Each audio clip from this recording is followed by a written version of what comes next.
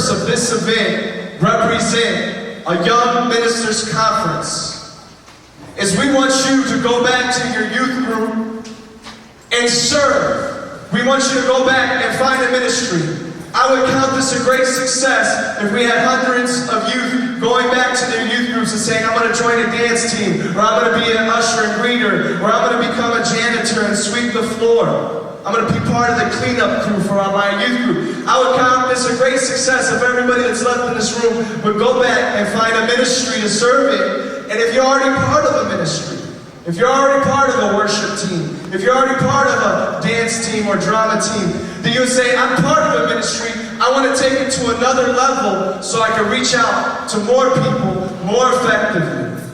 How many of you say, when you go back to your youth group, I'm going to be a minister in my youth group? How many of you say that? Wave to me. How many say, I'm awake? You say, yeah. Yeah. You see the difference of somebody that's a believer that ministers and somebody that doesn't is the same thing as the difference between a swamp and a river. I grew up in South Florida and I went in the Everglades. The Everglades is a swamp. It's a bunch of mush. It has like tons of different kinds of grass that grows in water about knee high, or in some levels there's ground, in some levels it's a little higher, there's alligators, and it kind of sometimes smells not too pleasant. There's all kinds of green fungus, and different kinds of creatures live in a swamp. A swamp isn't like where you want to go for vacation to swim. A swamp isn't the nicest place to be. It isn't like, hey, I want to go, I mean, some people like to go like wrestle with alligators, and they're kind of like those, I ain't going to categorize them or stereotype them, but those kinds of people that like, shooting alligators or fishing in swamps, But some people like it, but most of America would prefer to be somewhere else, like the beach. But the difference between a swamp and a river, the swamp's not a nice, pleasant, it's smelly, it's not moving. But I've also been in the Caribbean island of Dominica. It's a mountainous island with tons of rivers. And in this place, there's crystal clear water and drink.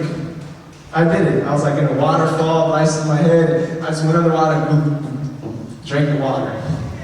Beautiful rivers. Crystal clear water. Actually, they get bottled water from this country and send it to some of the other islands that are flat because they don't have mountains and so they don't have rivers, and so the rain comes like in these other Caribbean islands, but they don't have good, clean drinking water, and so they get bottled water from the rivers of Dominica. Now these rivers are crystal clear. How come is the water in a river so nice and good, but the water in a swamp undrinkable? What's the difference? Well, one of the key differences between a swamp and a river is a swamp has an inlet where water pours into it, but there's no outlet. A river has an inlet, but it also has an outlet.